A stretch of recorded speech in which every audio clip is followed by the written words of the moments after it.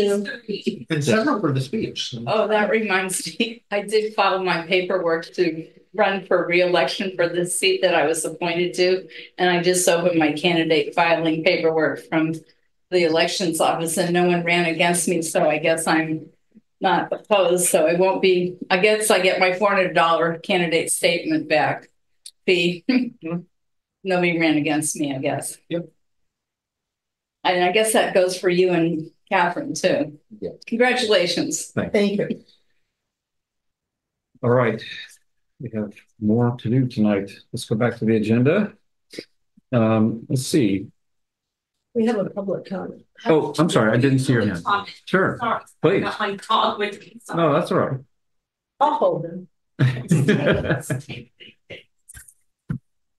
Okay.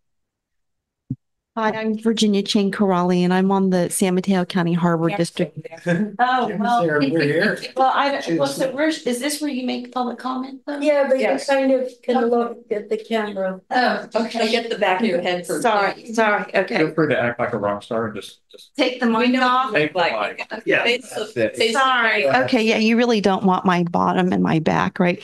And I'm also on the Menlo Park Fire Protection District Board. And thank you again for your support for my being on the San Mateo County Special LAFCO Board as a special district representative.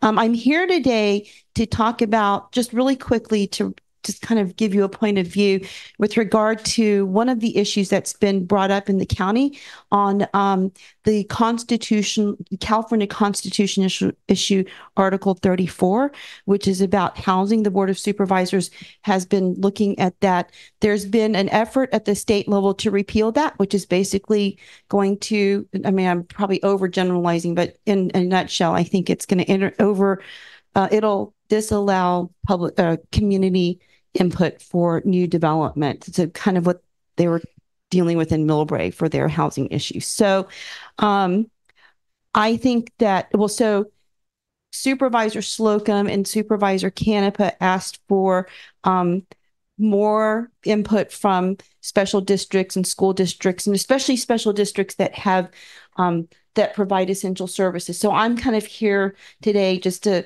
say, if you want to chime in on that for the Board of Supervisors, I'm actually going around not to every special district meeting, but to the special districts that I think provide essential services like fire, water, sewer.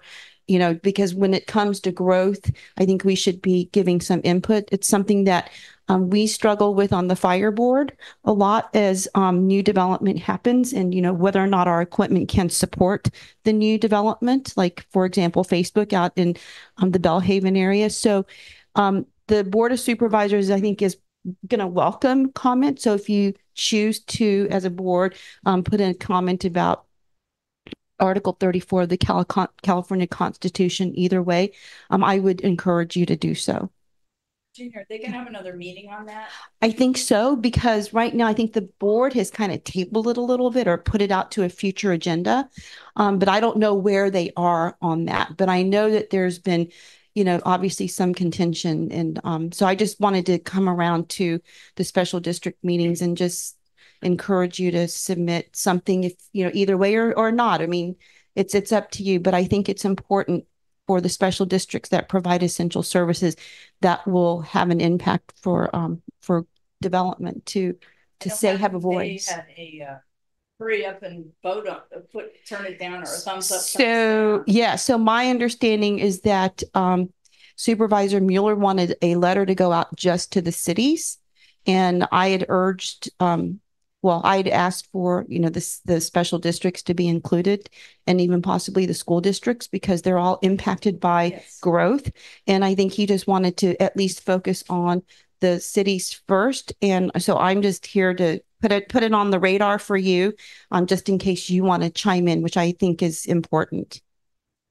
It sounds like the major issue is essentially a power grab between large-scale institutional structures, which would rather enforce rather broad metrics like housing and economic values, versus very high bandwidth local input from actual live human beings. So it's sort of like the spreadsheets in the one corner versus the humans in the other, because that's the way. Possibly, but the board, I think, is seeking input. Oh, yeah, yeah. So that's why I wanted to be here to just say that. I don't know what, I mean, I understand what you're saying, but I don't want to comment on that since it's not an agenda item, but I'm happy to come back to if y'all want to make it an agenda item.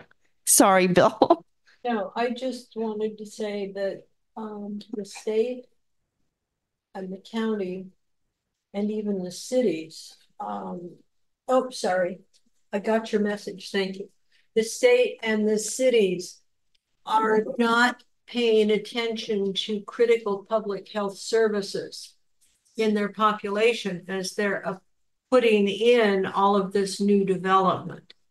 And I think it's important for special districts to be sending a strong, unmistakable interest that we have been limited by so many rules by the county and the state on how big we can make our sewer plants, how big we can make our water supply.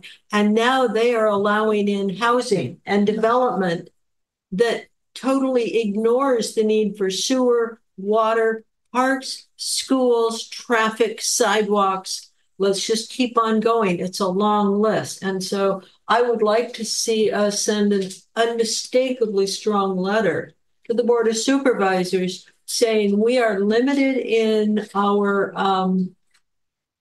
ability to expand our public services by the Coastal Act and which was adopted by the county and by the population numbers that were put in that. And because we're going to, the only other option is for special districts and local government to go to the pocketbook of our ratepayers to be able to expand what is being put on us by the county and the city. And I think that this is wrong for the public. We have a lot of retirees, we have a lot of young families, and they're on the edge financially, and yet we're being forced ultimately to be able to pay for this stuff that those people who live in their fancy mansions don't need to worry about. Well, and there's another thing too, like they just cram Mid-Penn in over here, but let me just say, you guys were all on vacation. I'm going to bring this, keep it very short because I will. This has turned into I don't think any of you know this though. At the fire board meeting last month, they said that they're going to Mid-Penn housing.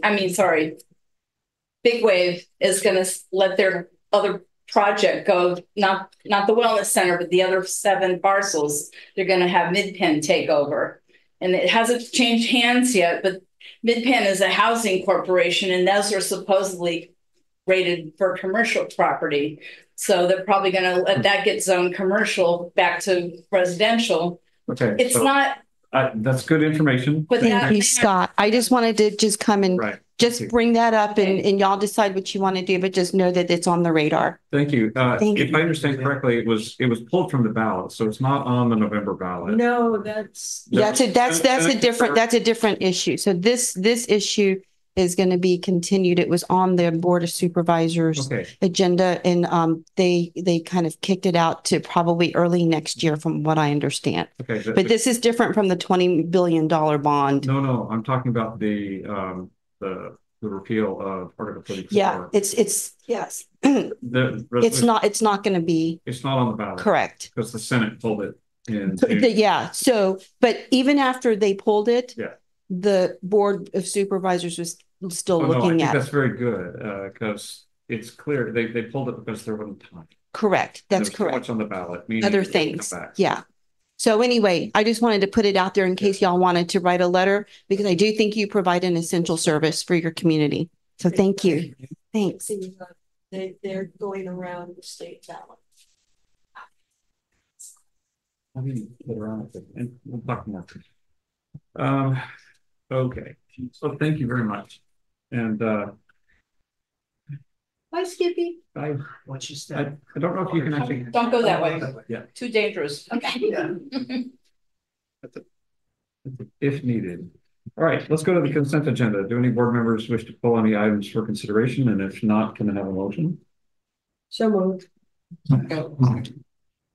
Okay, so I got Catherine and Peter for a motion and a second. All in favor of passing the consent agenda? Aye. Aye. I I think my hearing's been off today. Did you second it? I did say it, but it doesn't seem like a competition. It was a you The whole point was to get things moving quickly, so I don't want to spend too long on this. I heard you say something. I didn't figure it out. I may need to do some ear augmentation here As shortly. long as Tracy heard him. All right. Rumor has it people tell me my hearing sucks too, but I don't know. I'm glad. All right, on new business item 1, review and possible action concerning UC Davis Bodega Marine Center permit for scientific ocean current monitoring project. I love it when we get to say the word scientific in here. Clemens? Yeah, thank you. So since 2009, we're hosting high-def radar units, and they're used for scientific research. Here's it. So this is really just right outside the window here, some antennas that are up, and they are used to monitor ocean currents in real time. There's a system set up, similar stations along the California coastline, and they're much more dense actually inside the San Francisco Bay. If anyone ever wants to contact me about an app that actually is existing for San Francisco Bay, that's essentially based on this data, so you can look up the data in real time, not for this station, but actually for San Francisco Bay, just showing the currents in real time. And so our data is mainly used for the California Coast Guard in search and rescue missions. And that was originally installed from the Romberg Tiburon Center, and now it's handed over to the Bodega Marine Center. We already extended that permit once, that was in 2019. So it's expiring this year in December, and folks at the Bodega Marine Center are on top of things and asked for this extension. And I think this is a very good thing that we are able to utilize this property for things like those. Whenever there's a chance to use it for essentially basic research and understanding of currents, fog research, similar things. I really think this is very good that we have this property and make use of it in this form. So our recommendation is to adopt the resolution of the Montara Water and Sanitary District approving and authorizing the execution of permit for scientific ocean current monitoring. So Is there any money involved? Second. No. So we have Moved and a motion seconded. and a second. Let me add a comment. Let me run the meeting. How about we do that? I'm sorry. All right. So it's been moved and seconded. Let's see if we have any public comments. Okay, let's go to the board. Catherine?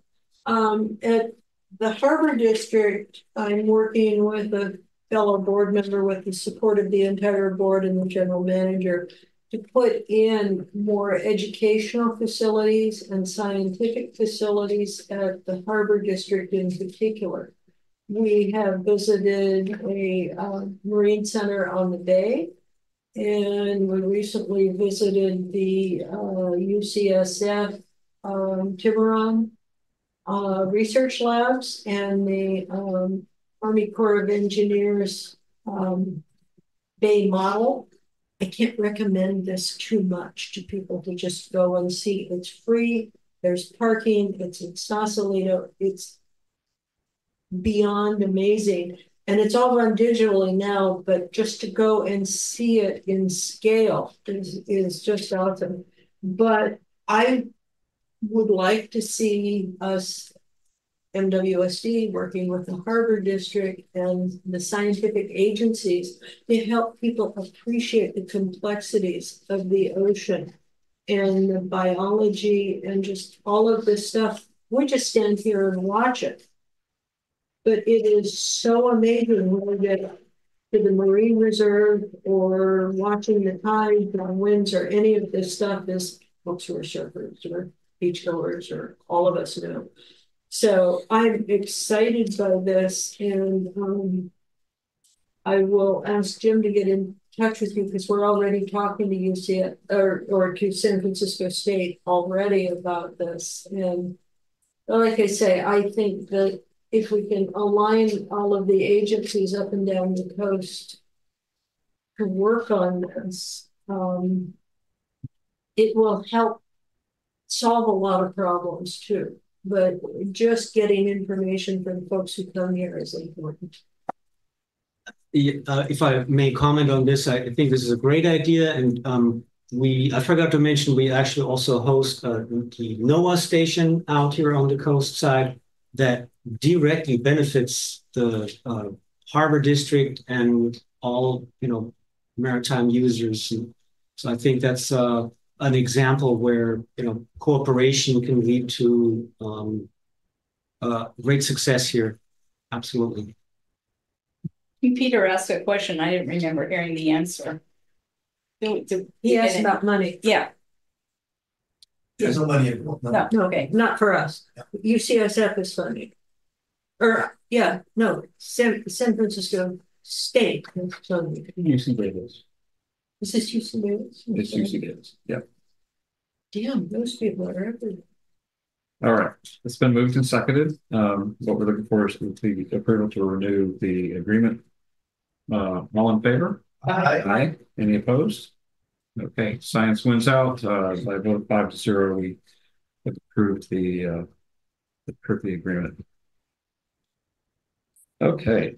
Well, that's terrific. I'm glad to see that they're still in and just digging around their website. And there's a lot of really interesting data products and code that they make available.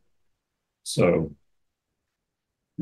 I'll just relate one anecdote. I talked to some of the people who installed it originally and asked them about a situation where a sailor had been lost at sea, and they ran simulations where the simulation was put a ping pong ball where the sailor was last suspected to be at the time in the simulation of when they thought he went out from underneath out through the Golden Gate. And they ran a bunch of simulations to see where was that ping pong ball be now. And then the Coast Guard used that for their search and rescue search pattern. So, it's a very big ocean. And so they were able to say, well, if he passed out and the boat drifted, where should we look?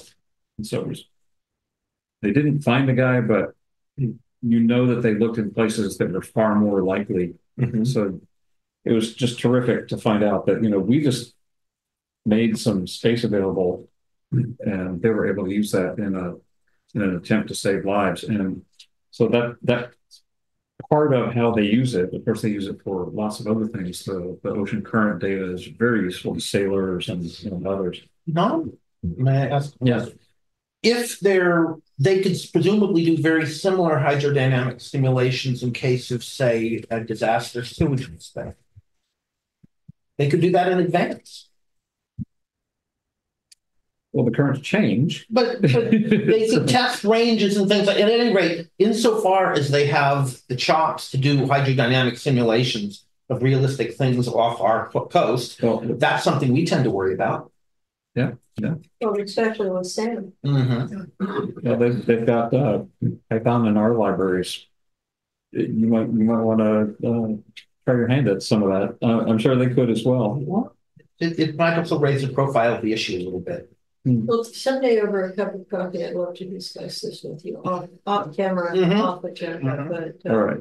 It's exciting.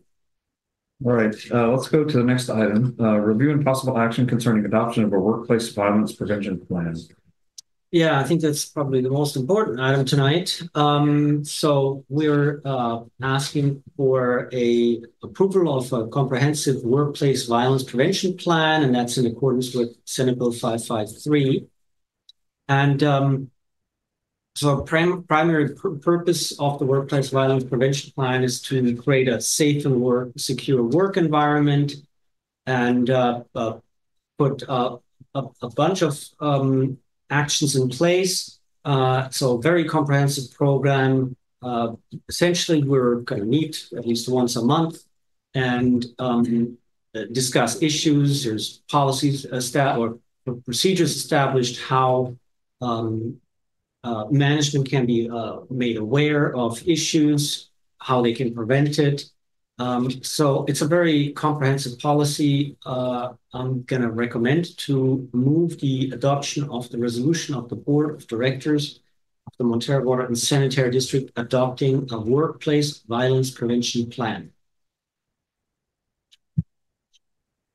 Okay, Catherine. I noticed that the introduction talks about the safety and well-being of all employees and visitors. But my quick read of the resolution did not mention visitors. And I think it's important to include visitors in the language of what we're adopting. It's in there. I think it's actually in the policy. Maybe, but it's not in the resolution. Yeah, probably not in the resolution. We can add that, of course. I mean, I will vote for it with the proviso that we will be adding visitors to it as well. But having watched a lot of attorneys recently, if you miss it in one paragraph, they act like, oh my God, you committed some terrible crime and now you're just legally liable. Yes, yeah, but it's definitely in the policy manifested in there. Different types of violence explained, and I think this is a good thing to be acting. So my understanding is that we'll add a whereas, we'll add it to the whereas. Yeah.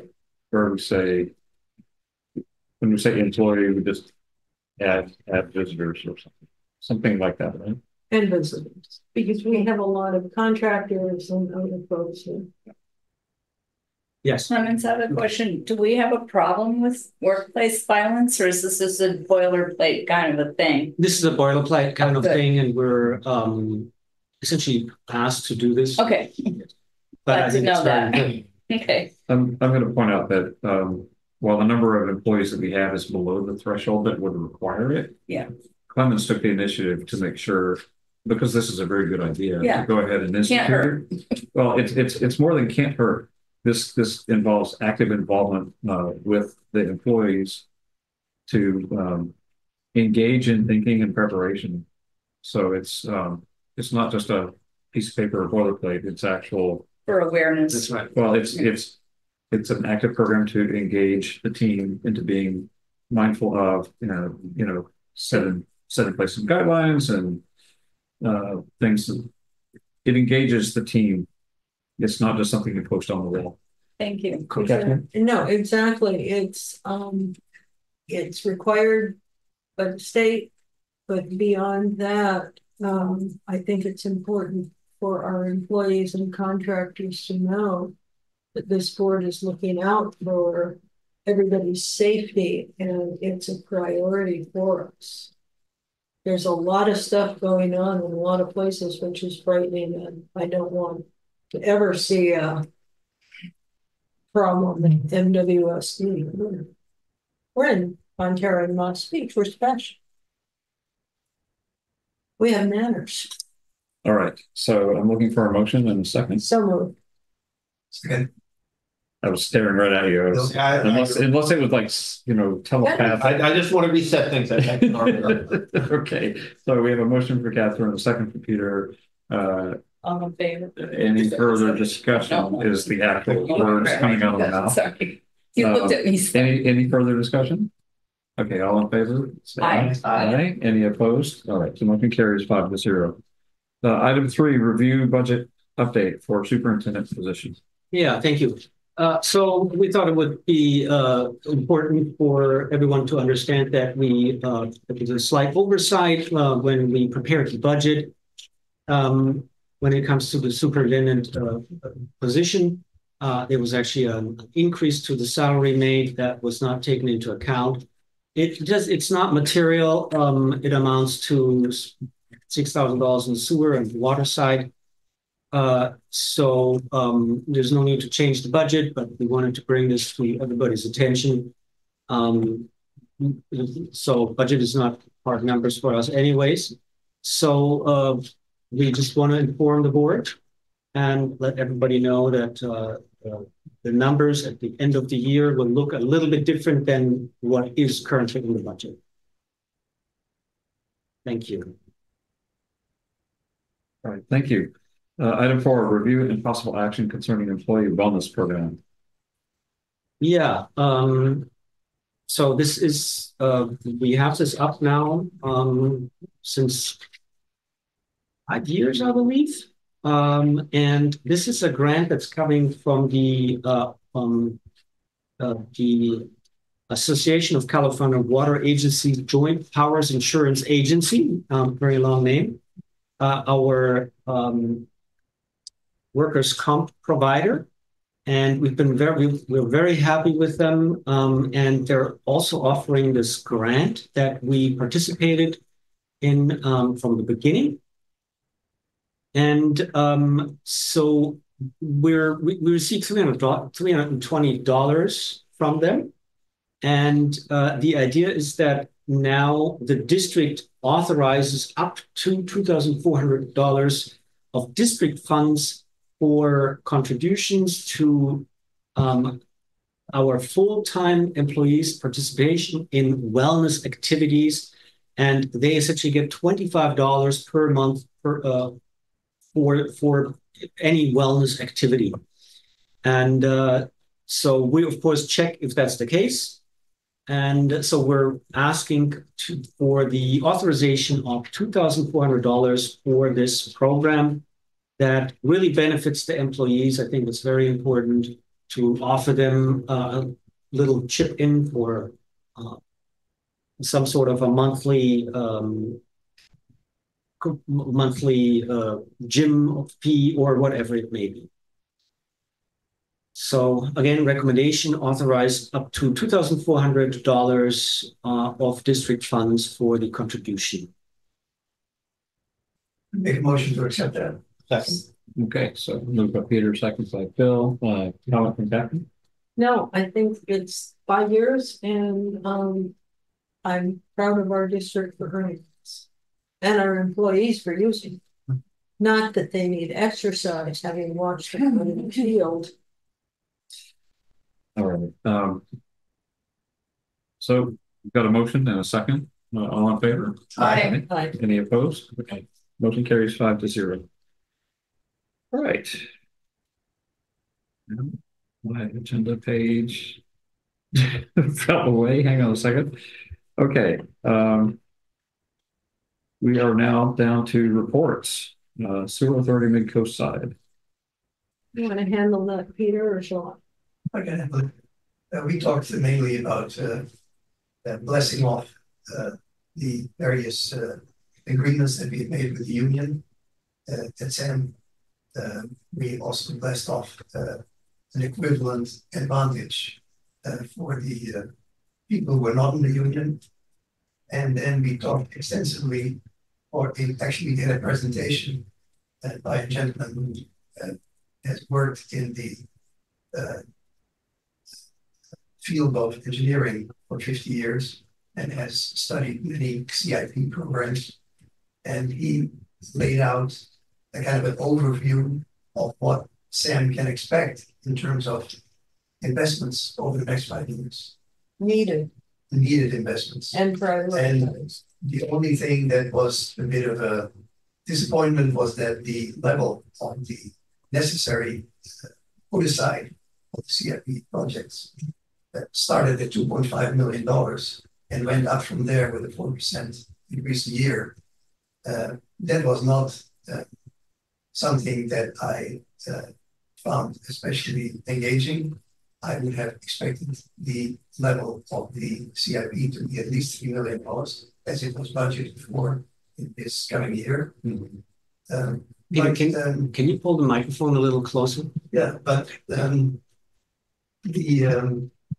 overall idea of the whole board was that we should get some more detail about that overview, specifically on why the individual items are necessary and how old they are, so that we have a better grip on what the most urgent projects are. And of course, the very first priority for SAM is to finish the SAM force main. And that is such a big project, $10 million and more, that other projects are automatically falling into categories 2 and 3 for acceptance. But we would like to bring the specifics of this CIP 5-year program to our board, so as to all be in agreement that we have a number that we can live with, because it will affect our own cash flow. Yeah, William Feist, consulting engineer, went through our past CIPs and past recommendations and past problems. He prioritized these. So some of category 1 need to happen now to category 3, which is maybe they can be postponed. None of these are new projects, to be real honest. And Half Moon Bay and Granada didn't even want to accept the report. And all we were doing was asking to accept the report. It had been already discussed with the general managers and I believe with the engineers, but there was some need for bringing it to the public and in front of these boards, which I can understand. However, the longer we can hold out on these projects, the more expensive they get.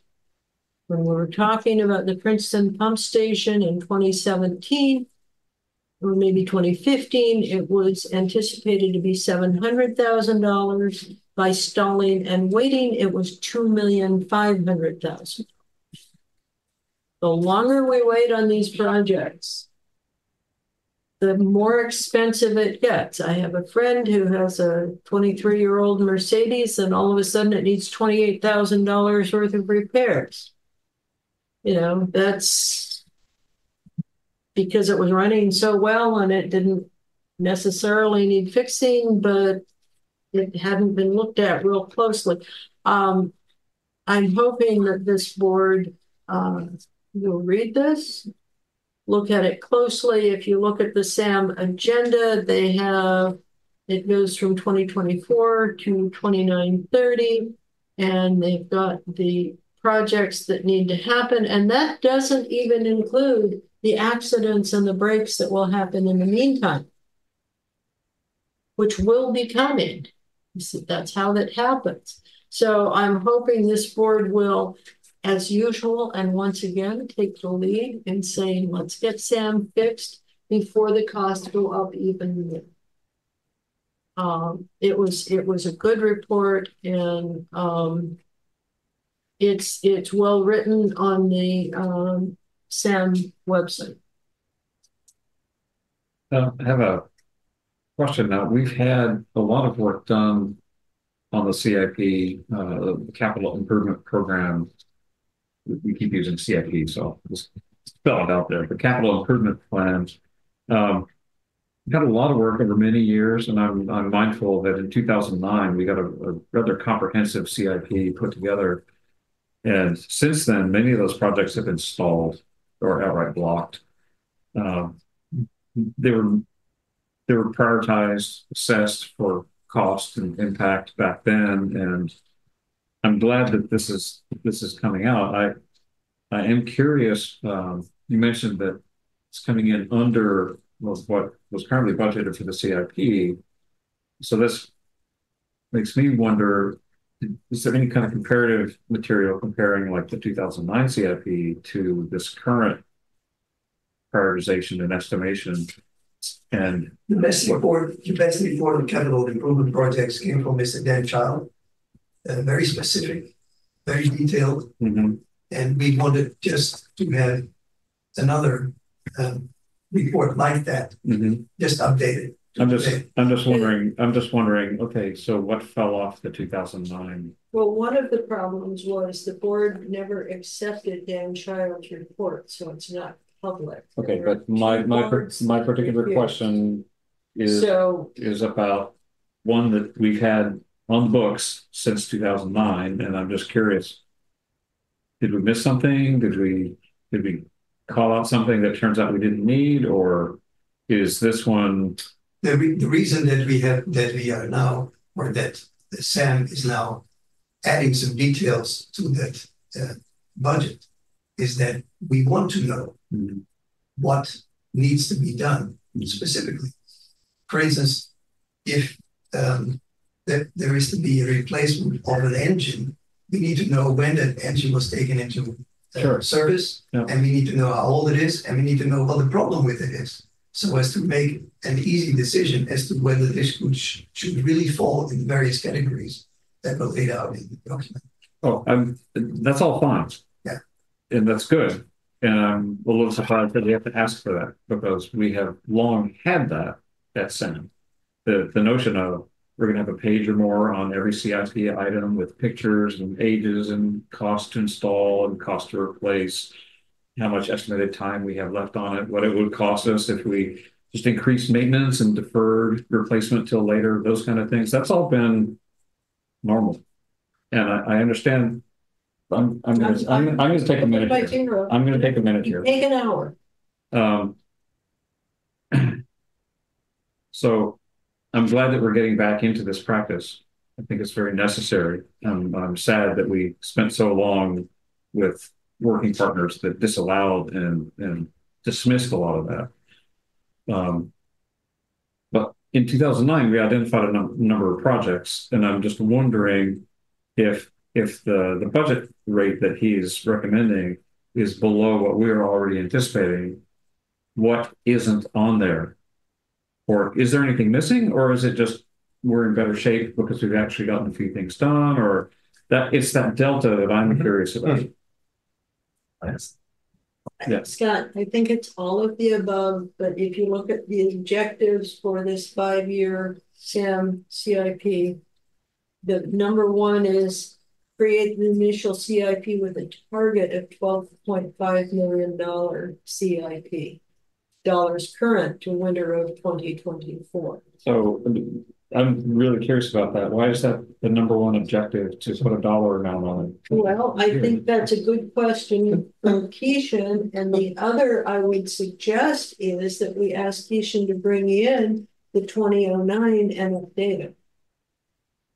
Well, I mean, item 2 is identify capital projects from past investigations, exactly, which would automatically bring in 2009. But I'm a little curious about leading with the number when what I thought we were talking about was prioritize the list of projects in order that they need to be done with an estimation of cost and time. Clemens? I think the idea that Dan had was the plan was a longer time period. But so what my understanding is that essentially a lot of stuff is pushed out of this 5-year CFP. What I have to say here is I hear what you're saying, and I'm looking forward to bringing this to this board, and know this board will be very supportive on this. But this is another example of the dysfunction of the SAM board. The agency should be able to approve a CIP without the input of the other member agencies. This is SAM specific. This has nothing to do with the Montara Water and Sanitary District Granada or the city of Half Moon Bay. And it's just another way of derailing this again. So I think this should be addressed by, I know you probably are talking about this, but if the agency can't function, I'm wondering if legal counsel can, for example, advise in a way that this is possible. I find it terrible. It's a terrible move from the SAM board to kick this to the member agencies. Well, it was brought at the request of 2 particular districts. And Peter and I ended up kind of going along with it because why not? It's going to happen. Oh, we also put a time limit on it. We put a time limit on it, and I asked for specific elements to be included in it because I didn't want this thing to be blown wide open. But on one hand, it's annoying. On the other hand, it's very important for us to be able to keep the public informed on what we're doing. So with that, I think we should do it, but I am so confident in this board to have the good sense and the understanding that the importance of keeping things repaired and fixed up so that we don't end up with additional costs. Because I know this district, in fact, is a sewer and water district. And so our concerns are with mechanical and the operational aspects of the sewer system. The other districts have other priorities that they'd like to put their money into.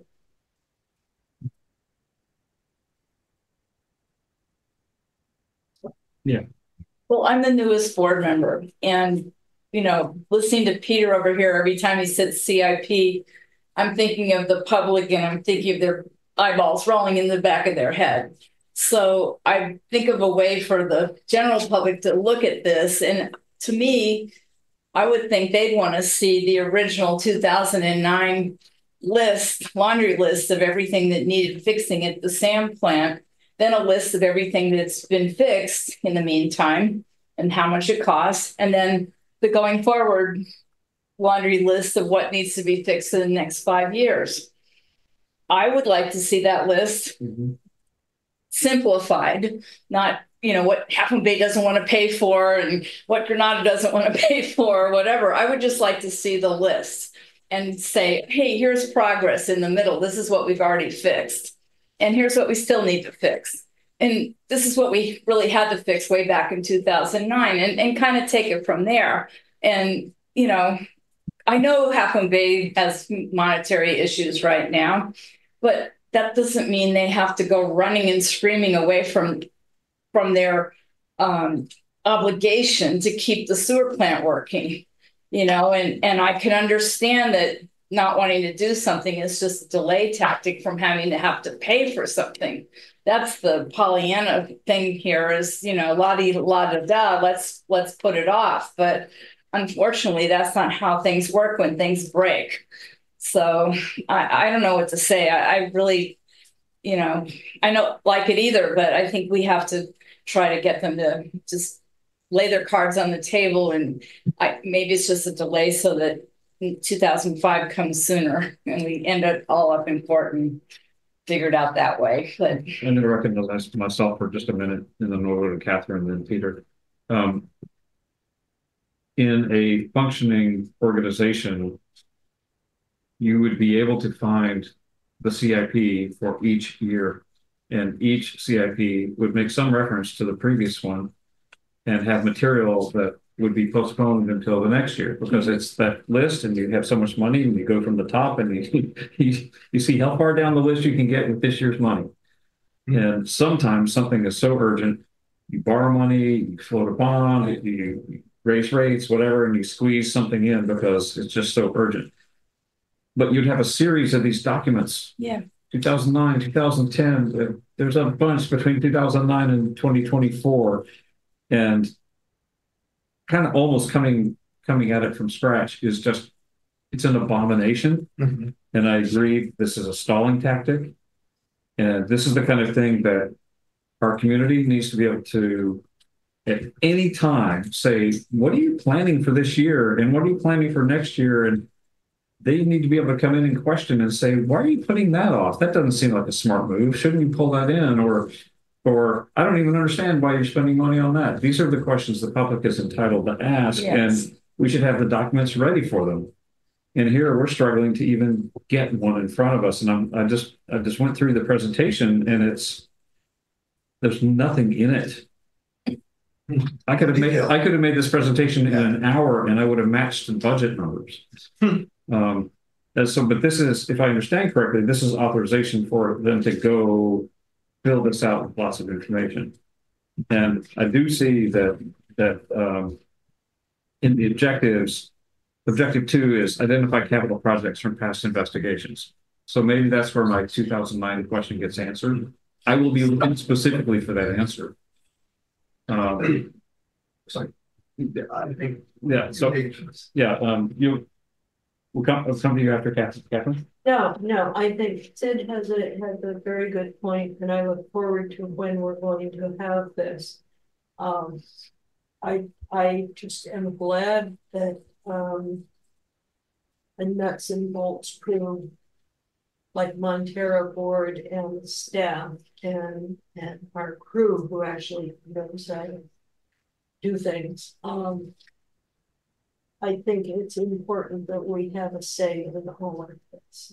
And I look forward to having this as an agenda item so we can get more additional information into other people's priorities.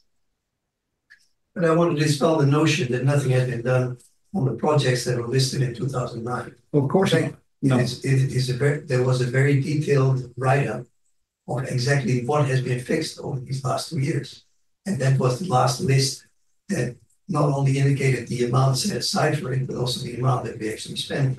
And that list can be expanded to show what has been done before those last 2 years or last 3 years. Okay. Because we've had that list in existence, and it was basically at the initiative of Barbara Dye, who specified that such a list should be made so that we know what we are carrying forth with us from projects that have not been completed. So there is such a list. Okay. Well, very good. I misunderstood. When I looked through the presentation here, just it took me like 2 minutes to scan through it. None of that was in there and it wasn't even referenced. So thank you for informing me on that. All right. Anything else about SAM, or shall we go on to the Mid-Coast Council? Mid-Coast Council. And Greg is not here tonight. He sent each of us a note.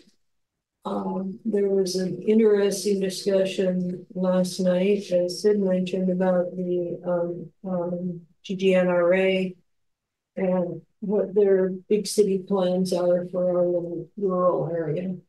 But and Sid can report on that if she had the patience to sit through it. I sat through it, but I was tired, so I'd rather you did. Well, I got tired of that one after listening to the comments on the Harbor District new retail center, and there were some very well thought out, very good comments. And the assumption seemed to be that we were going to be doing this. In fact, are you talking about the harbor thing still? District. Okay. We're at the very beginning. We're going to get studies done on earthquake faults. And some people wanted to keep the old building. It's a 70-year-old building. I want to get an engineering perspective on it because liability and safety are critical anymore.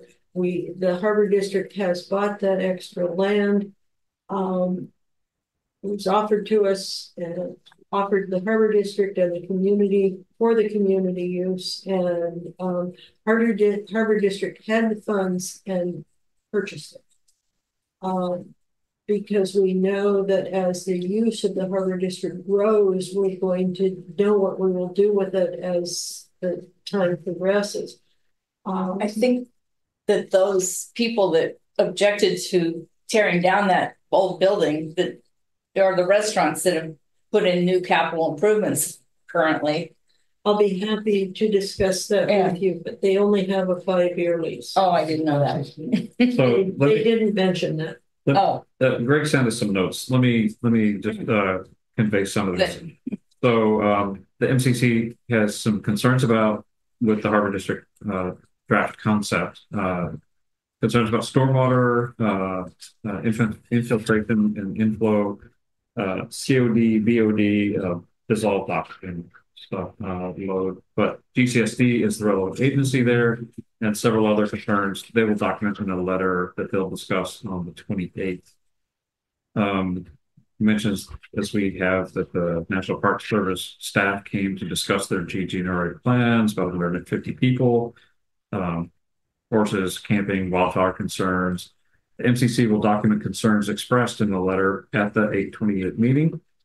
And besides the wildfire and watershed issues, which might attend land use changes. There's a dispute about the adverse effect of forces on water quality, and if MWSD wishes to lend expertise in the future discussion of that That's issue. our- If MWSD wishes to lend expertise in the future discussion of that issue between NPS, RCD, MCC, and horse owners, it might resolve some friction and enable better planning.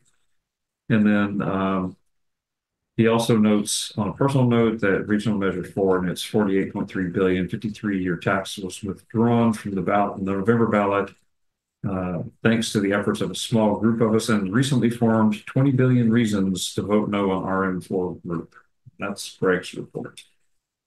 Let's go now to back to my agenda. All right, CSDA. CSDA has not had a meeting. We're planning one to get for the San Mateo County to get our bylaws together and our county together.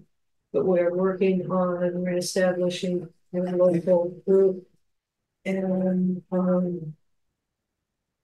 as usual, there's a lot of folks who have been active in CSDA in the past. So it's a good group, but I invite every special district to join because the CSDA as an organization is actually only about 25 years old, and it's become more and more important as cities and counties and the state forget who provides the sewer and the water and parks and cemeteries and critical socially necessary stuff. LAFCO will be having a meeting next month. All right, Christine, anything for the attorney's report? No attorney's report. Right, any director's reports? I went to the fire board, and they said they were going to having a hard time thinking. The fire marshal said that there's a plan afloat for the Big Wave LLC to sell off the commercial portion that they were planning to, create commercial condos on, which is currently zoned